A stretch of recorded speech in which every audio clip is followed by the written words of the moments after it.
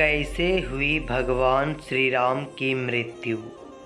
जिस तरह दुनिया में आने वाला हर इंसान अपने जन्म से पहले ही अपनी मृत्यु की तारीख यमलोक में निश्चित करके आता है, उसी तरह इंसान रूप में जन्म लेने वाले भगवान के अवतारों का भी इस धरती पर एक निश्चित समय था।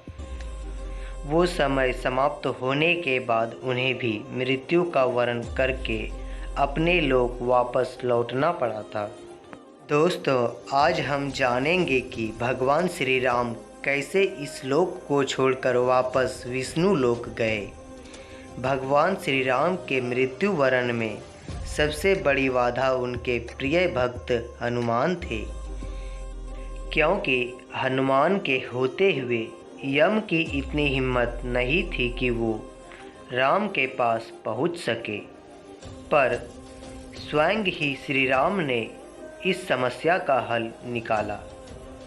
आइए जानते हैं कैसे श्री राम ने इस समस्या का हल निकाला। एक दिन राम जान गए कि उनकी मृत्यु का समय हो गया है। वह जानते थे कि जो जन्म लेता है उसे मरना पड़ता है। यम को मुझ तक आने दो, मेरे लिए वैकुंठ, मेरे स्वर्गिक धाम जाने का समय आ गया है, उन्होंने कहा। लेकिन मृत्यु के देवता यम अयोध्या में घुसने से डरते थे, क्योंकि उनको राम के परम भक्त और उनके महल के मुख्य प्रहरी हनुमान से भय लगता था। यम के प्रवेश के लिए हनुमान को हटाना जरूरी था, इसलिए राम ने अपनी अंगूठी को महल के फर्श के एक छेद में से गिरा दिया और हनुमान से इसे खोजकर लाने के लिए कहा। हनुमान ने स्वयं का स्वरूप छोटा करते हुए बिल्कुल भौंरे जैसा आकार बना लिया और केवल उस अंगूठी को ढूंढने के लिए छेद में प्रवेश कर गए।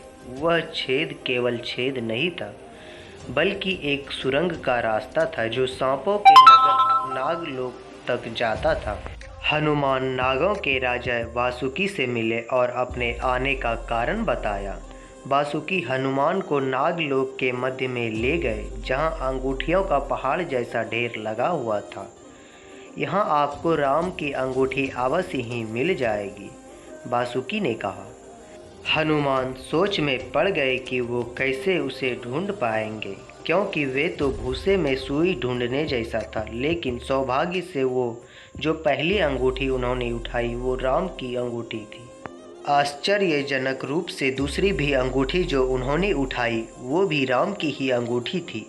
वास्तव में वो सारी अंगूठी जो उस ढेर में थी सब एक ही जैसी थी। इसका क्या मतलब है, वो सोच में पड़ गए। वासुकी मुस्कुराए और बोले, जिस संसार में हम रहते हैं वो सृष्टि विनाश के चक्र से गुजरती है। इस संसार के प्रत्येक सृष्टि चक्र को एक कल्प कहा जाता है। हर कल्प के 4 युग या 4 भाग होते हैं। दूसरे भाग या त्रेता युग में राम अयोध्या में जन्म लेते हैं।